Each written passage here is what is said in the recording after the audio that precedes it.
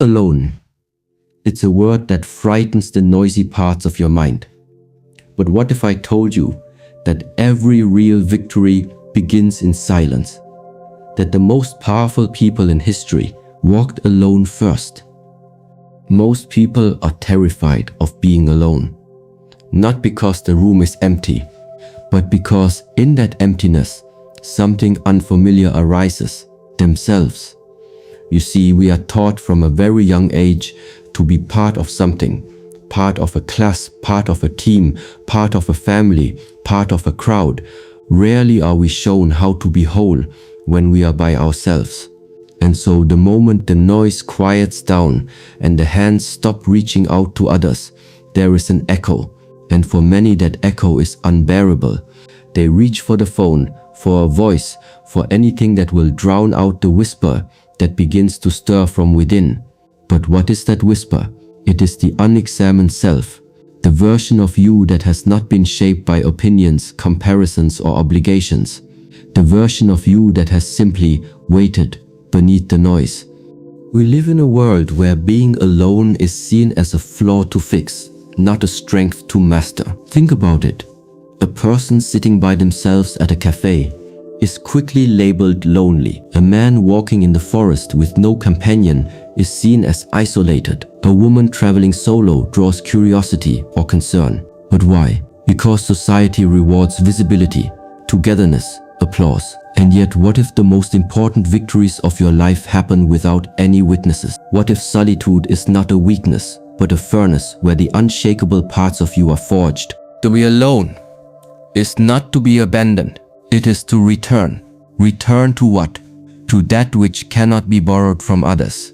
Courage, patience, clarity. The muscles of the soul are only strengthened in silence. But the modern mind is not trained for silence. It is trained for stimulation, for alerts, for scrolling, for noise. And so when the world stops shouting, most people panic. They associate quiet with danger, with lack. But quiet is not lack. It is presence, in its rawest form. If you sit in a quiet room for long enough, something strange begins to happen. The outer world begins to dissolve. The colors of your surroundings blur. The passage of time bends. You begin to see things that were hidden in the rush, your thoughts like clouds, your breath like a wave, your memories like shadows passing behind a paper wall. This is not some mystical experience. It is what the mind does when it is no longer being chased. But to arrive there, you must first face the resistance. The part of you that wants to move, to speak, to be distracted. That resistance is not your enemy, it is your teacher. It reveals to you how dependent you have become on others for meaning, for motion, for affirmation. And here lies the deeper truth. Most people do not fear being alone. They fear who they might become without others. They fear that without the reflection of the world, they will lose shape. That without someone watching, they will vanish. But can you disappear if you were never truly seen to begin with? This is where solitude becomes sacred, not as punishment, but as practice, as purification. You begin to strip away what was never yours, the roles you played, the masks you wore, the names you answered to, until what remains is simple, still, real. A tree does not fear standing alone in the field. It does not rush to grow beside another, to validate its height. It simply reaches upward, patiently with roots deep in the unseen. And so too must you learn to root yourself in the invisible. Your breath, your word, your inner fire. These are not accessories. They are anchors. And once you find them, the need to be constantly surrounded begins to fade. Not because people are unimportant, but because they are no longer your mirror. You become your own reflection. There is a kind of dignity that only arises in solitude. It cannot be bought. It cannot be gifted. It is earned by walking into the quiet places within yourself and not flinching, not turning away, to sit alone in full awareness without reaching for escape. This is not common, but it is powerful, because once you know who you are in silence, the world can no longer define you in noise, and that is how the path begins. When you are truly alone, without distraction, without performance, something ancient awakens inside you. But this awakening does not come gently. It arrives like a wave breaking over a forgotten shore. It brings with it the landscape you have spent your life avoiding, the terrain of your own mind, not the surface mind, the one that calculates and speaks and answers questions, but the deeper terrain, the restless corners, the voices you pretend not to hear, the parts of you that are hungry, not for food or pleasure, but for peace. This is the inner landscape of aloneness, and most people will spend their entire lives running from it. At first, it feels like boredom, but boredom is only the surface symptom. Beneath that stillness is craving, a craving to do something, to be someone, to escape. You might feel the sudden urge to clean your room, check your phone, revisit an old wound, anything to avoid facing the wide open silence of your own presence. And in that silence, shadows begin to form. Old regrets rise, fears float to the top, unanswered questions echo louder. These are not distractions, they are invitations. They are showing you where you have yet to look. Most people misunderstand solitude because they have never truly entered it. They sit alone, but bring 1,000 thoughts with them. They are quiet on the outside, but riotous within. The mind, when untrained, is like a wild horse kicking, running, frightened by stillness. But just as the horse settles when it trusts the rider, the mind too can be tamed, not with force but with patience. The silence is not punishing you, it is showing you your state. It is a mirror with no distortion, but that kind of honesty is uncomfortable, which is why most people run. They run into relationships that distract. They run into noise that drowns. They run into constant movement, so they never have to sit still. But stillness is not a punishment. It is a teacher, and like all great teachers, it demands your attention. It strips away what is false. It asks you to sit long enough to meet the parts of yourself that do not speak in words, the ones that cry out in dreams, the ones that tighten your chest when you think you're fine. These parts do not show themselves in crowds. They come only when you are alone. There is a reason monks sit in stillness, not to escape life, but to face it in its rawest, quietest form. The breath becomes a gate, the body becomes a temple, and the silence becomes a path.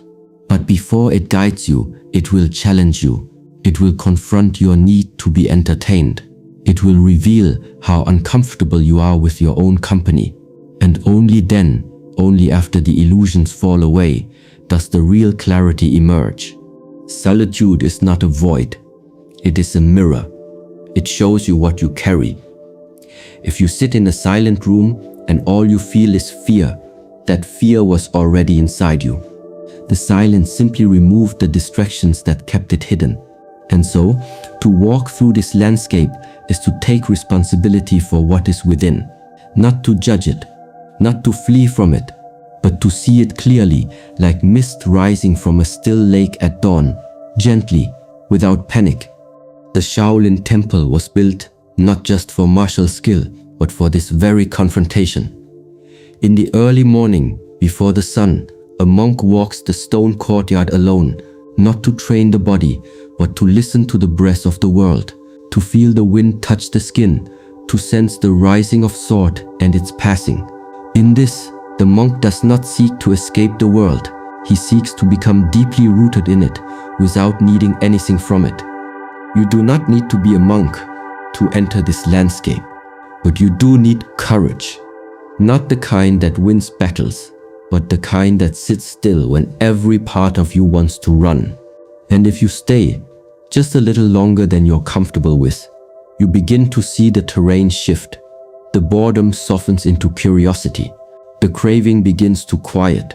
The shadows no longer frighten you, and something deeper begins to emerge. Not joy, not peace, something older than both. A remembering that you were never broken, only distracted. And in this stillness, something within you finally exhales. To be alone does not mean to be abandoned. This is the misunderstanding that keeps many people trapped in suffering. They believe that being alone means being unloved, that it is proof of rejection, of invisibility, of not being chosen. But in truth, to be alone is not to be without others. It is to finally be with yourself. It is to sit in the unoccupied space between noise and silence and discover that you are not missing. You are only hidden beneath layers of dependence and distraction. Solitude is not the absence of connection, it is the restoration of it. The forest does not feel lonely because the trees stand apart. Each root system is silent, each branch reaches quietly, yet together they form something ancient, complete. The same is true within you. You are not separate from the world when you are alone. You are more fully inside it, without interruption, without the distortion of ego. The water becomes clearer when it is still, and so does the mind. But to see solitude in this way requires a shift, a movement of perception. Society has taught you to measure value by attention. If no one is looking, it must not matter. If no one applauds, it must not be success. But this is a shallow lens, a performance mask. It leaves you constantly waiting for permission to feel whole, as if your own presence must be validated before it becomes real. The truth is simpler. You were whole before the world saw you. You will be whole long after it forgets you. And solitude is the sacred space where this wholeness becomes visible. Think of a blade of grass growing in a crack between stones. It is not in the garden. It is not part of a bouquet. It will not be admired. And yet, it grows. It rises. It knows no audience, yet fulfills its nature. This is the spirit of solitude. It does not seek approval. It does not ask for company. It simply exists in accordance with what is. And from that stillness, strength arises. Solitude is not a punishment. It is an invitation. An invitation to return to your center, to listen to the voice that was drowned out by others. Not the voice of fear or pride or performance, but the quieter one. The one that knows when to walk away. The one that breathes slowly in crisis. The one that watches the sunrise, not to share it, but to feel it. This voice lives beneath the surface.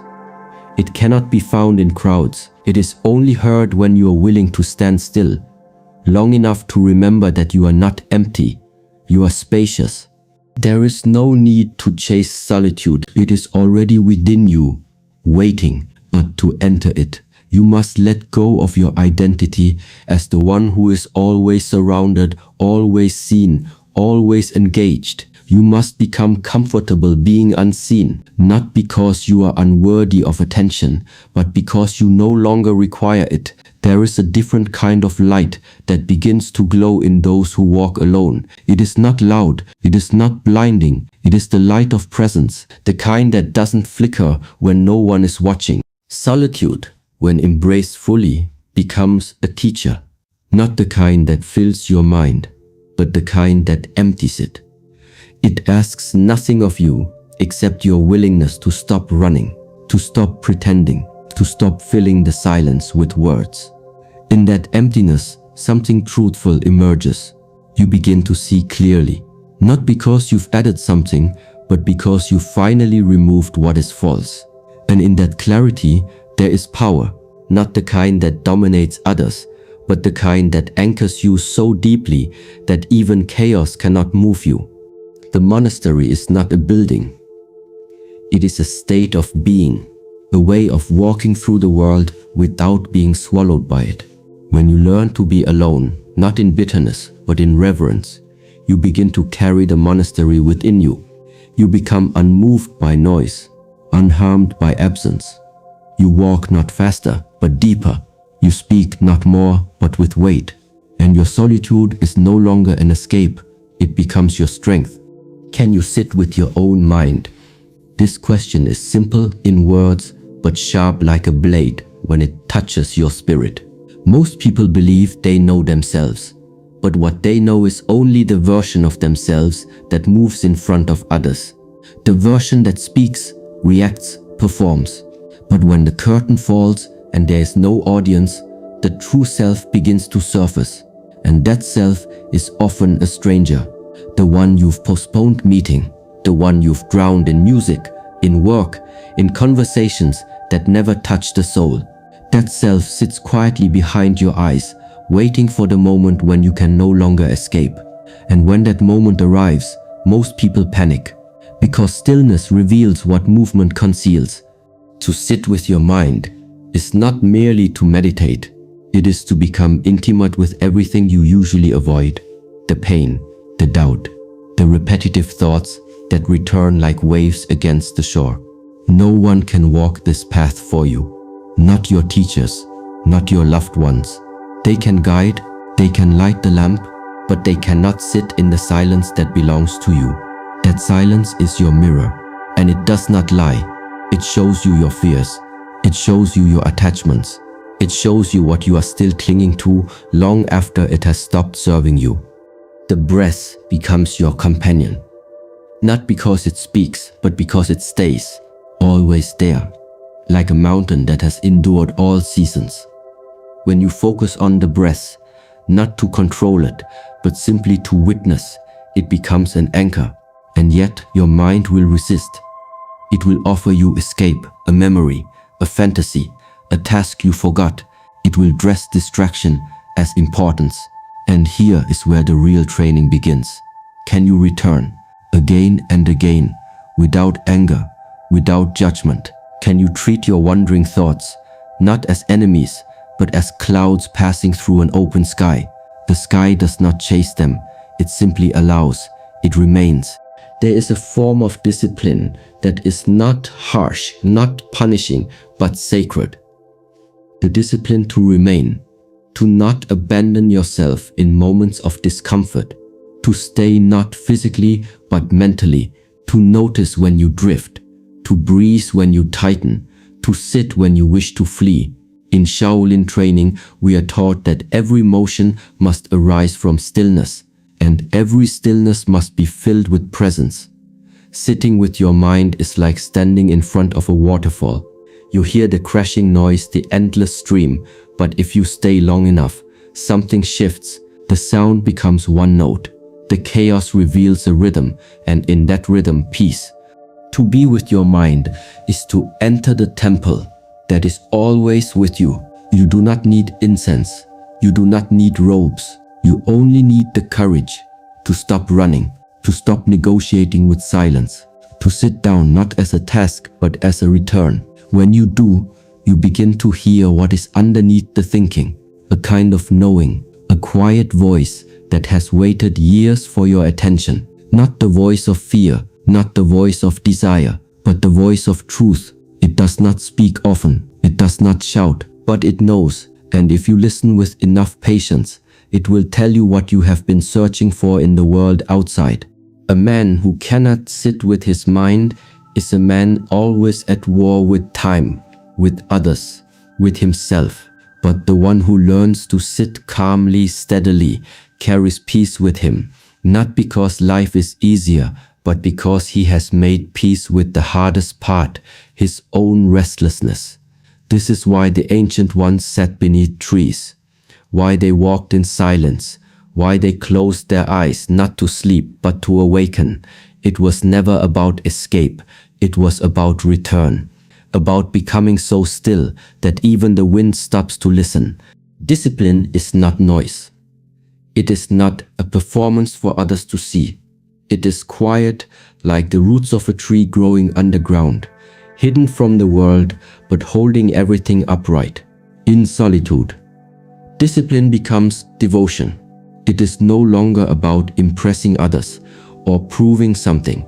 It becomes a way of showing respect to yourself, a sacred repetition of small acts that over time reshape the foundation of your life. There is no applause for waking up early to breathe. There is no crowd watching when you sit alone to clear your mind. But these invisible acts form the architecture of inner strength. Most people believe they need motivation to act, but motivation is like the weather. Beautiful when it comes, unreliable when you need it most. Discipline is different. It is like the mountain. It does not move. It does not speak. It simply remains. It is the thread that ties your intentions to your actions. In the stillness of solitude, you begin to see clearly where your energy goes. You notice the things you do that weaken you. You notice the habits that bring you peace. Without the noise of the outside world, you begin to feel your own rhythm, and discipline is the tool you use to protect it. A monk sweeping the courtyard is not just cleaning dust. He is training the mind to be present. He is honoring the moment, no matter how simple. A person who returns to the same breath, the same path, the same posture each day is not stuck in routine. They are building something unshakable within. Discipline is not rigid. It is not punishment. It is a form of self-respect. You keep your word, not because someone else will know, but because you know. You wake with intention. You move with care. And slowly, without trying to impress, you become trustworthy in your own eyes. In a world addicted to urgency, discipline brings steadiness. It tells you you do not need to rush. You do not need to chase. You only need to return again and again to what matters. In solitude, the illusion of needing more begins to fade. You realize that everything you were seeking was already available. If only you could become still enough to see it. A warm cup of tea, the rising of the sun, a single deep breath. When the world is stripped away, you learn to honor these simple things, and in that honoring you become whole. Discipline also means knowing when to stop, when to rest, when to listen. It is not about forcing, it is about alignment. Like a bow pulled, not to break the string, but to find perfect tension. You do not follow discipline to control yourself. You follow it to free yourself from distraction, from weakness, from confusion. And when you do, you start to walk differently. You no longer move for recognition. You move because you are in tune with your purpose.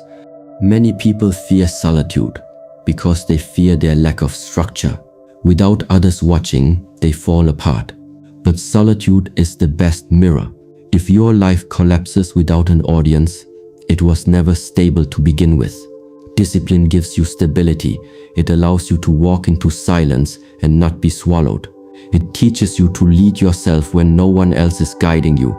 And this is the quiet transformation that few speak about, when solitude is no longer empty but sacred.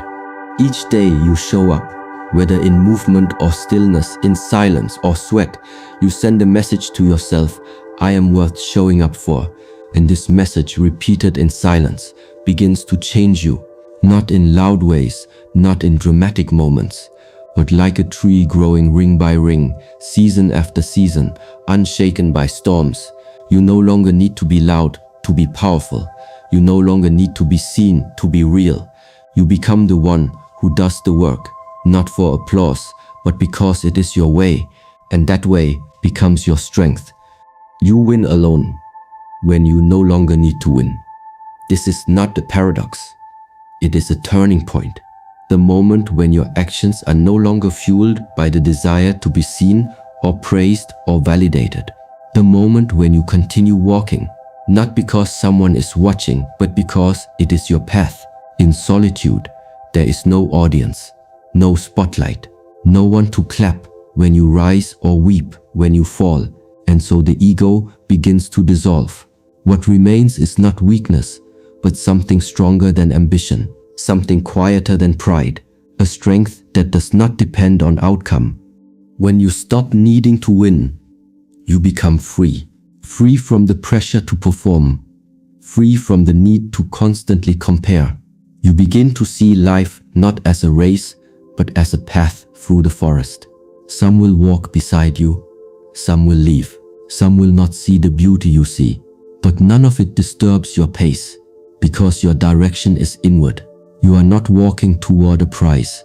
You are walking to become, and in becoming, there is no end, only depth. To walk this way is to step out of the illusion that your worth depends on your performance. You start to recognize that most of the noise in the world is rooted in insecurity. People shouting to be heard, not because they have something to say, but because they are afraid of being forgotten. People climbing over each other, not to reach something meaningful, but because they were told that to stop is to fall behind. But you do not need to be louder. You do not need to chase. You only need to return to the stillness within you, where nothing is lacking. There is a great dignity in doing the right thing when no one notices, in keeping your word when no one will find out, in honoring your breath, your time, your energy, not because it leads to recognition, but because it is sacred. This is how you begin to walk with calm power, the kind that doesn't need to announce itself, the kind that others feel but cannot explain. It is the power of someone who has met themselves in silence and did not flinch, someone who no longer chases victories because they have made peace with their own presence. A river does not need applause to flow. A mountain does not need praise to stand. And you, in your solitude, begin to learn the same language, the language of still power, not weak, not passive, but stable, rooted, unshaken by trends, unmoved by noise. There is a clarity that arrives only when you stop performing, a clarity that shows you what is real and what is not. You begin to let go of the unnecessary, the endless explaining, the constant defending. You simply live, aligned with your truth. The monks who train in the temple do not train to be seen. They do not practice each morning to impress. They practice to remain disciplined in peace, unbroken in chaos. Their strength is not in shouting, it is in enduring. Their mastery is not in domination, it is in presence. And presence is born in silence, in solitude, in the choice to show up, even when the world is not looking. When you no longer need to win, your actions become purer, your relationships become clear.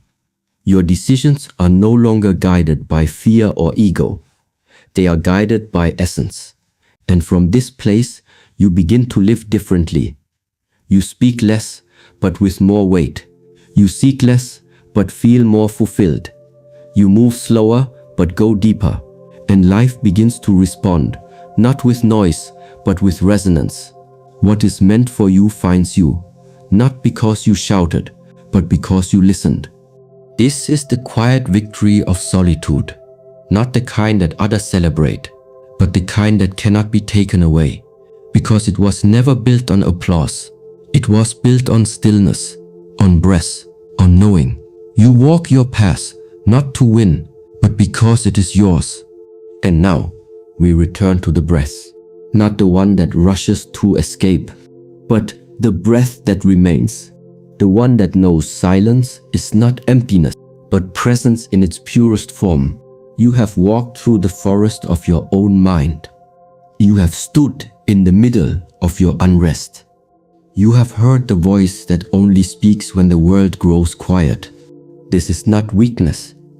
This is the beginning of mastery.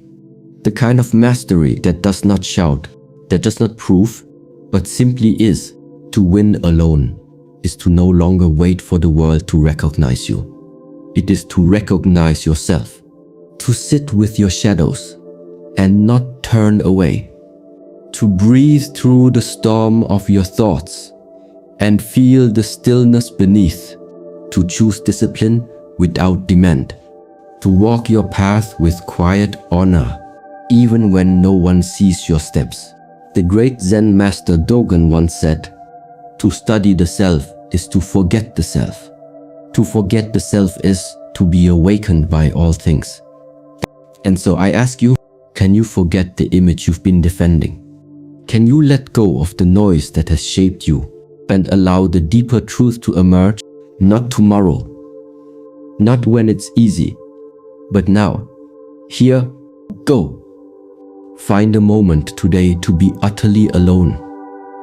No music, no screen, no escape, just breath, just stillness, just you. And when you find that silence, stay. even when it feels uncomfortable.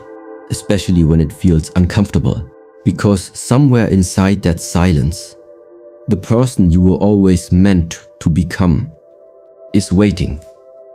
Go not to me, but to the silence within you.